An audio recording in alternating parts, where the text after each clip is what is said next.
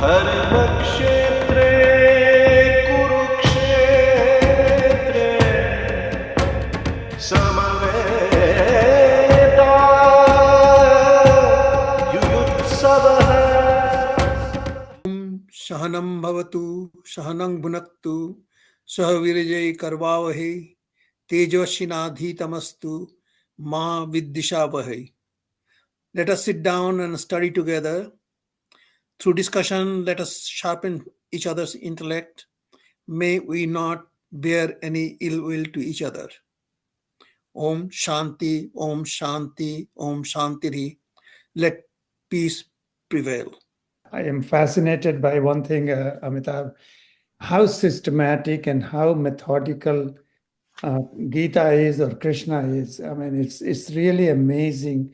And especially, working with you, coordinating with you, sharing with you, and kind of learning together, I find, I'm re-exploring Gita, and many people use the word Gita part. So Krishna's being methodical and systematic is first time being obvious to me. So the slok that we are going to take up is the one where he, kind of Gita transitions of the second chapter, transitions from like Sankhya Yoga or Gyan Yoga to another realm. And so we can go back. You're talking about verse 39, is that correct? Verse 39, yeah. Okay. Yep. So verse 39 is basically, we have to go back to Arjun's dilemma. Mm-hmm. So Arjun first talks about killing, and he will be killing people, and people will be killing some other people. So he's very worried about death. And so that is the act that Krishna first talks about. There is no killing of Atma, and he talks on a higher level. For some of us, it's a different level. Krishna talks and takes away the myth of dying and death and killing, that Atma is always alive or moves on. And we learned all that last time. But Arjun also talked about what are the consequences of these actions. So now Krishna says in that verse 39 that so far I have given you the buddhi or the wisdom of Sankhya Yoga. Now let me tell you about how to get not entangled in this karma's effects, karma cycle, how to get above that or beyond that, karma bandhan mukti. So how do you get away from the bondage of karma? So anytime we do a karma, there is a consequence of that. But how can you get past that? How can you do the karma and not have those bondage that comes with it? And that is what Krishna is going to talk about that. So he is going to impart a different knowledge. So he's dealt with first part. Now he will be doing the second part. It sounds so simple, but so intense and deep. I mean, at the same time, because whenever Krishna talks, he talks at a different level. That is the beauty of verse 39. He tells Arjun, first of all, he gives him the knowledge of relationship between soul and the God or Brahman, how they are interrelated, how they are real, and the body is unreal, and there's no fear of death, and all these things, which is basically very spiritual knowledge. Okay, and then in the subsequent verses from about 30 to 38, he also tells him how in this world, what is his position in society, how he should function, otherwise what the people in the society will think about, and all those things. However, that appears mundane when he gets to verse 39, and he clearly mentions right here, I have given you those spiritual knowledge.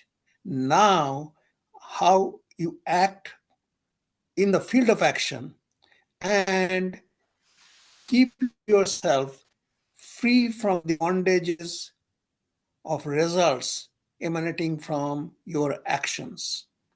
Okay. Now, I must mention one thing, that karma and karma phalam. Basically, karma is action, karma phalam is the fruits of the action or the result. Many a times people say that I accumulated karma. Actually, what they are meaning, I'm accumulating the results of the action, karma phalam. So one should know that. So when he says about freeing from the karma bandhan or the bondage from the action, what he talks about getting free from the results of the action and doing the action as with a equanimity of mind. Here, yeah, I want to bring that, I'm glad you mentioned that. So there is karma, and then there is a karma phala. But then there is also this third component, which is every action has an opposite and equal reaction. So Yes. if you are doing a bad karma, somehow, if you're doing that intentionally, if you're doing that with desire, with attachments, that's the kam karma, Yeah. then you will have some consequences that will happen. So yes, you did that out of vengeance, you go and kill somebody. So that whole act is coming with kind of intention, with vengeance. Somewhere, somehow, someday, it's going to return back to you. So I think that's what Krishna is talking about. That how can you do this act or common acts in your life, which will have result, but how can you stay without having that opposite reaction? Yes, actually that's what he means, because if we are performing an action with a mind of equanimity, then the bad effects are not there. On the other hand, if we are doing these actions with particular desire, it will cause ripple effect and it will show up later on. Yeah. And your emotions get tied down to it. Therefore, the mind is not stable. Okay, you get distracted. So verse 39 is the one where he tells Arjun that you have now known the spiritual knowledge, and now I'm going to tell you how to function with this spiritual knowledge as a background, so you'll be free from bondage. And there he elaborates now on, and it's a wonderful transition. I think it's a wonderful transition to Amitabh. I mean, but one more example, I just want to, it came into my head, being a doctor and a surgeon. When somebody comes to you and has a um, illness or problem that needs surgery, and you are going to do a surgery like gallbladder has got acute cholecystitis, or with a stone, or appendicitis, you go and do the surgery and the patient feels fine. Now, this one is kind of, you're not doing it out of any attachment or any, I mean, the patient comes to you, you do what is needed for the patient, and patient gets better. Now take another scenario, and I'm not saying it happens, but it sometimes does happen in medicine as well. Not that, the patient doesn't have, that illness, and you do the surgery because you want to make money. And that is where that's greed, that, desire complex that you say, Amitabh, sometimes those things start playing into action. And that is where, you have to have, those kind of karmas will have some opposite effect come back to you. Is that fair to say? Sure, because the focus is totally shifted. A person who is sick comes to you for treatment of his sickness. And as a physician, the main aim is to get the patient cured of the affliction. Not money comes as a byproduct. Okay, Yeah. your good job will create your reputation. But if we have that desire for fame or money, we get totally out of focus and the problems happen.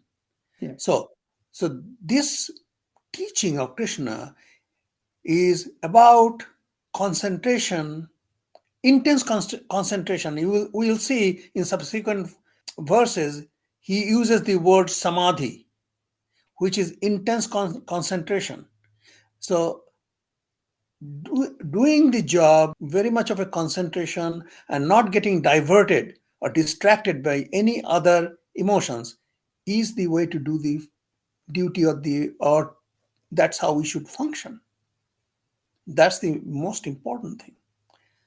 In the subsequent verses, we will see as we progress.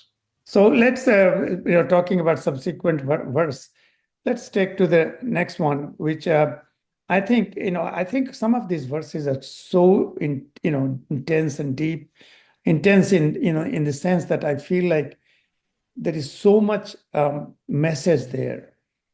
The next one, I think, is an amazing kind of gist of what are the benefits of doing what Nishkam Karma or going on this path is.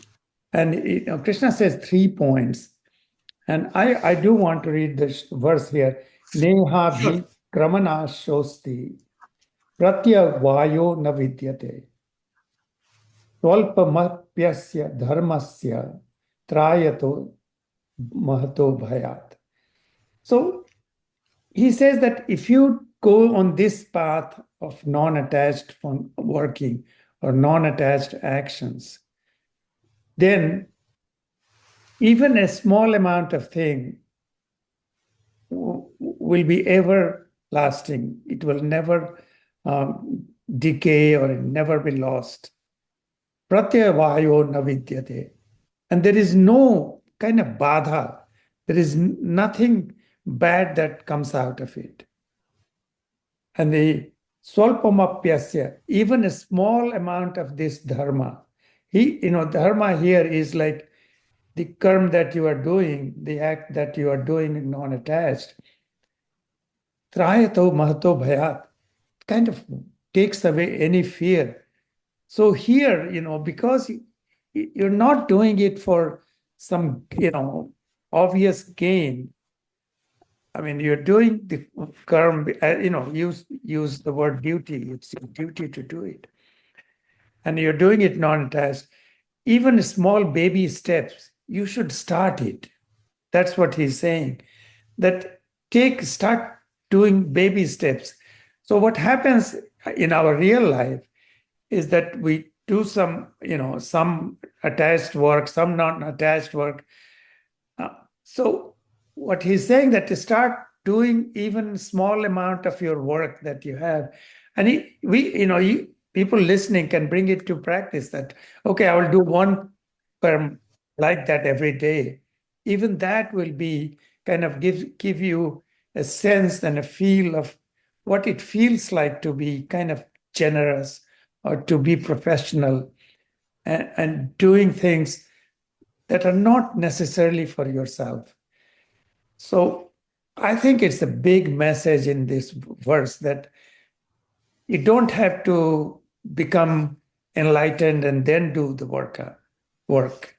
You can start taking baby steps while you are, going up in your spiritual journey. The important word is dharma or sadharma. What is your inclination towards? Now, according to your inclination, you take baby steps, and then the cumulative effect is going to free the doer as well as from the results. Okay, these baby steps are very, very important, because if we are encountering a big idea and then next thing it comes to our mind, oh, it is so big, I cannot do it. No, you do little by little according to your ability, and then gradually progress to the point where you don't think it is so harmful. In other words, it is quite productive and fruitful. Yeah. No, I think that's the point. The point is, I've met many people, and I'm sure, Amitav, you must have met people who say Gita is not for me, or Krishna is not for me, or I Exactly. will do it, after I retire, sanya, what is that? Banaprastha. Yeah, Banaprasth, or do it in Banaprasth. So I think it's meant for all of us, I mean. You see, I'm glad that you mentioned, because people think of Bhagavad Gita as a religious scripture. Yeah. Okay.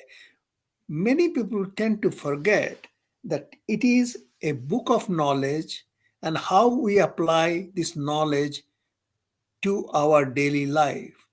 So, why not use it or read it when we are going through life rather than at the fag end of the life? Okay. Yeah.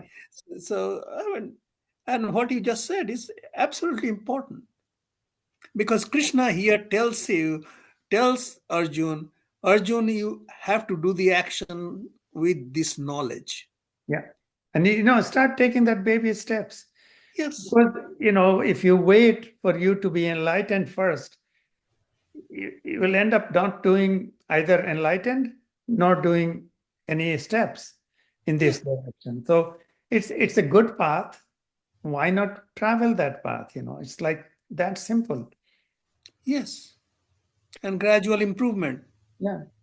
And that brings me to one of my most favorite shlokas in Gita. Um, Vyavasayatmika buddhir ekeha kurunandana. Bahushakha yanantascha buddhiyo avyavasayana. Here, it took me a long time to realize the meaning of vyavasayatmika. So normally vyavasaya is like a trade, or kind of, doing some business. That's how we use that word in common term. But in Gita, I'm told, and I agree with that this vyavasaya is inner vyavasaya, inner clarity, inner business. And if you want to be there, clarity or inner clarity, then you have this ek buddhi, which Shankaracharya calls Nishchal Tattva, is you are decisive. And there is, of course, there must be many places where you can apply it, but in surgery, it is so important to have a series of one decisions that we have to. Each step is a decision that we are taking.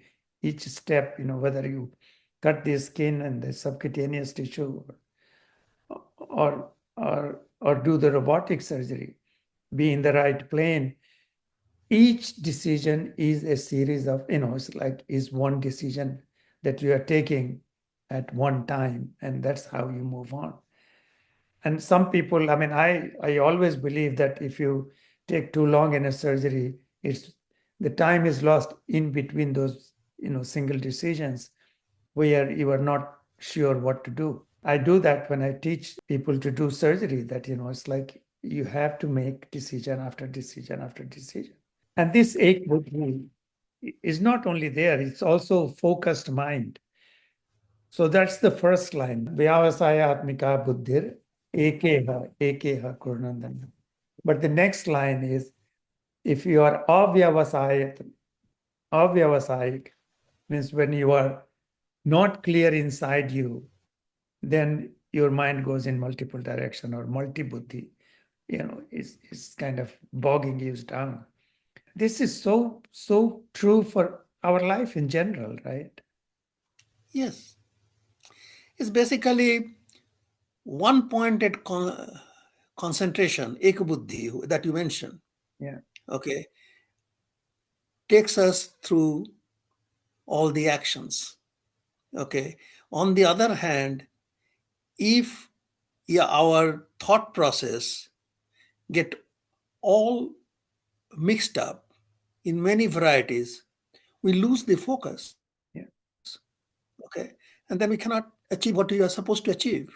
Yeah, there are many options, but during a procedure, but you have to, in a state of one pointed concentration, that which one you are going to adopt, which one is the most beneficial in this situation. That analysis will give ekabuddhi, one pointed concentration, and the actions thereof. I'm sure it happens to you. It happens to most of us. When you are making these decisions one after the one after, it's like a flow of, decisions keep happening. So things can just move very synchronous and simultaneous, and it becomes an art. Yes, actually, it's a mind that is a concentration that's not fettered by emotions. It has made the rational decision and it proceeds on that particular line. Yeah. Okay. It doesn't get diverted. If it gets diverted, then all kinds of thing causes distraction of mind. Yeah. And that's what And it in is. case of Arjun, he has to, it's like in the middle of the war, he has to make quick decisions, reflexes, and like what weapon to choose on in what circumstances. That ek buddhi is such a practical thing in our life, and that, Theoretically, it sounds very simple, but in practice, it is difficult. It takes a lot of time to develop this one. But as I always say, if we have the knowledge, then with the practice, we we go towards perfection.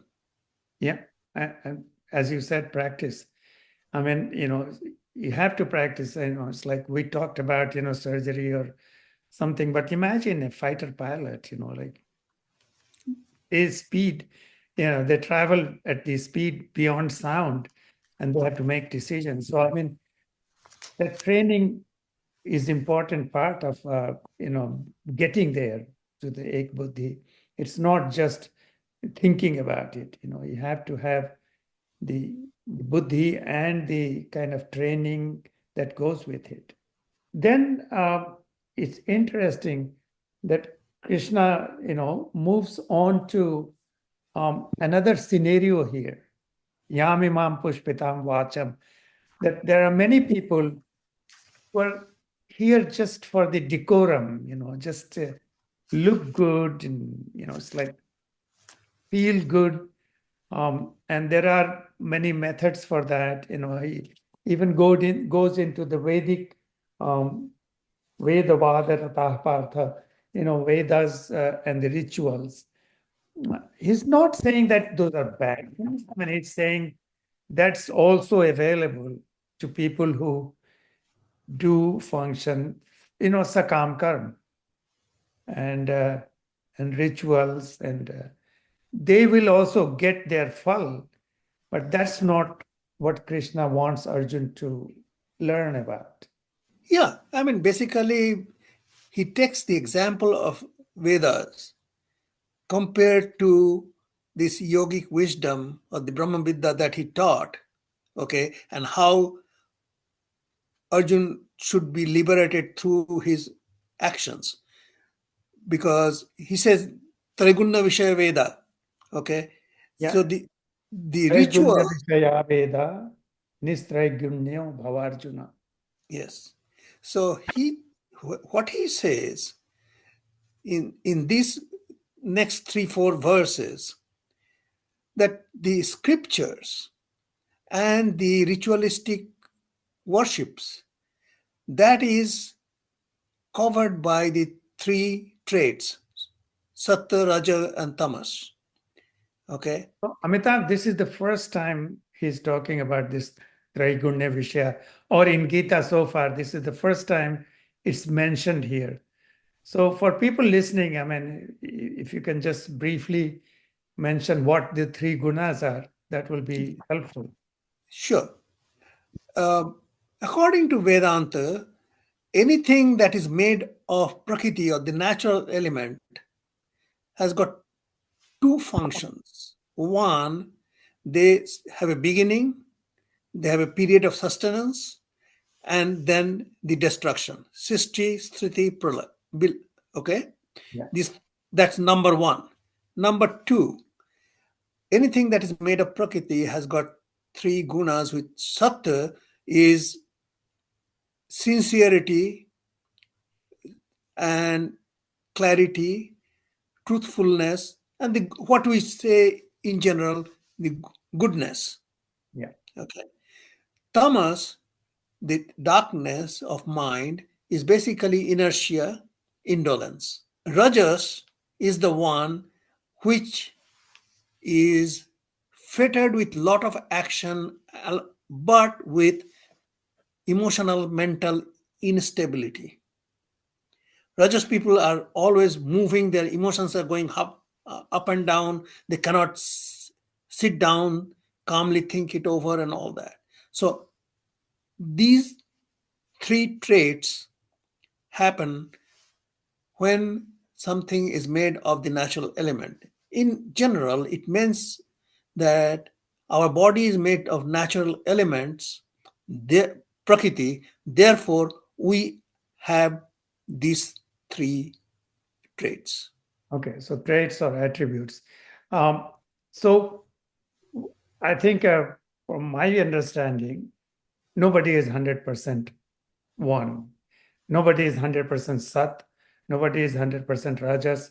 Nobody is 100% tamas. So like sometimes I think of like genetic structure, which is made of some bases, like and everybody has a different location, and that's how the genes are made. The same way, we all have these three attributes, a different proportion of it. That's right. We all have these things because we are made of natural elements. Therefore, it's a permutation combination at different point of time and through different actions. The three states or the three attributes, Sattva, Raja, and Tamas, basically works in permutation combination depending upon the time and the field of action, okay, our emotional status. When we function, it depends. As you said, everybody has these three elements with a varying degree of combination within ourselves. And I agree with that. Yeah. Nobody is built of purely one element, one trait. No. And that's my understanding too. Okay. And the other thing that's important is that each of them, I mean, tamas sounds bad, but we all need some inertia. We need to sleep. Because if it is all rajas, then it means it's always active and, jumping. And it's like bubbly, being, administrative or, in action. You don't want to be that either, because you'll exhaust yourself or burn out or Yeah, whatever. it's a basically a emotional upheaval. And Yeah. later on, we'll see that there was a verse will say, Kama eva krodha eva rajoguna samandbhavam. Okay. The intense desire, the anger, frustration, these are very much from the rajogunam. Okay. Yeah. So getting back regarding Vedas, once Arjun has this knowledge as a background, then he is supposed to understand all the religious injunction or the rituals that are focusing on material gains are much lower compared to what he is teaching right now. And that's why one should not be diverted by the flowery words of Vedas, nor by the rituals, okay? Because they are for material pleasure. They have got their own sphere. But here he tells Arjun is how to have that yogic wisdom, this This is totally different. So basically, Okay. the important part here, this triguna in the three attributes, is the goal is to go beyond those three. So it's not, the goal is not to become 100% Sat, because Sat sounds so attractive, so good. Krishna is teaching is to go beyond those three gunas. This took me a long time to understand why Krishna says go beyond even Sat. Because we always strive for being good. Right. Okay. Now, as we strive, we subscribe to desire. Yeah. Okay. Even Sat has got desire. Yeah. And desire has got emotional upheaval and attachment. So he goes and says, Nistraigunna Bhavarjuna. Yeah. Go beyond all these three. Okay. Yeah. To be in a desireless state where you are taking your action as a duty and with a equanimity of your mind and one pointed focus, concentration. Exactly. So that is, I mean, he just mentions three attributes simply to say that you have to go beyond it and Exactly. not be attached to the Sat or the good part. I mean, that's most of the kind of teachings that we have, that be good. And here comes, Krishna and says, no, goodness is not enough. You have to go beyond that, because we have talked about goodness has weaknesses as well, right? So it's good to be beyond. And that is when you will not be the bondage of karma, which is like, then you won't be bound with the kind of subsequent effects of karma. I remember every parent or everybody wants to be first in the class. Yeah. Okay, apparently that is good. Okay. On the other hand, the objective is to gather knowledge rather than being first, because once being first in the class becomes the desire, you get so much bound to it, you don't pay attention to the real knowledge. Okay. And it's a intense desire with emotional upheaval. On the other hand, acquiring knowledge is totally different. Well, it's interesting to hear that from somebody who was first in the class. So, Amita, how was it? It's like at that time, did you desire to be the first in the class? I can tell you one one instance which was very, very revealing, and it is like self-flagellation for me. Okay. Okay, in the pathology exam, I wanted to have the so-called honors. Yeah. Okay, and I was so intent upon it, and during my Viva exam, I went through the questions very well, and then a very obscure question, I shouldn't say obscure, it's about an obscure thing, I was asked to find out how much I knew. And the examiner says, if you say that, if you can answer this, honors is yours. And that 30 seconds, I was so intent upon getting the honors, I went blank. and the stopwatch went beyond 45 seconds, and I didn't get it.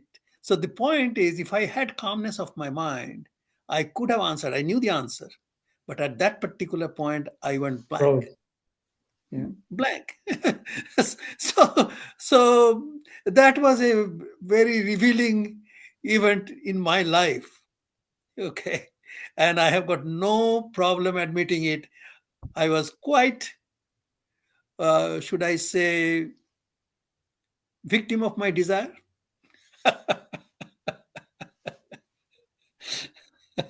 Today I laugh at it. Who knows? Yeah, who knows? Yeah. Uh, You couldn't go back and tell him that, okay, I know the answer now. By that time, I'm out. You're out of the room. The stopwatch stopped. Yeah. So now we come to that verse that you were talking about, the Yavan Ratha Udpane. The lake you were talking about, the big lake and Yes. if you have a big lake, you don't care about the small ones, right? I mean, I shouldn't say the care. I mean, the thing is, Or any the smaller lake loses its importance now that you know the big beloved. it is smaller. That's all. We have to understand it is smaller. Yeah. So, any ritualistic worship, any ritualistic religious injunctions, which are driven by desire or material pleasures, they are lesser than this teaching Krishna imparting to Arjun.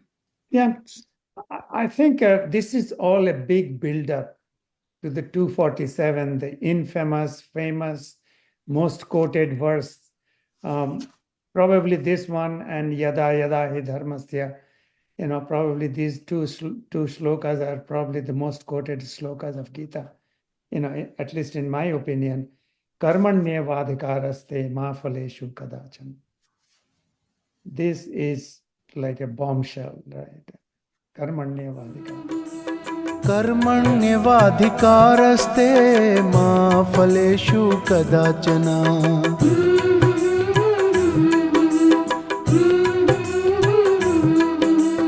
कर्मण्येवाधिकारस्ते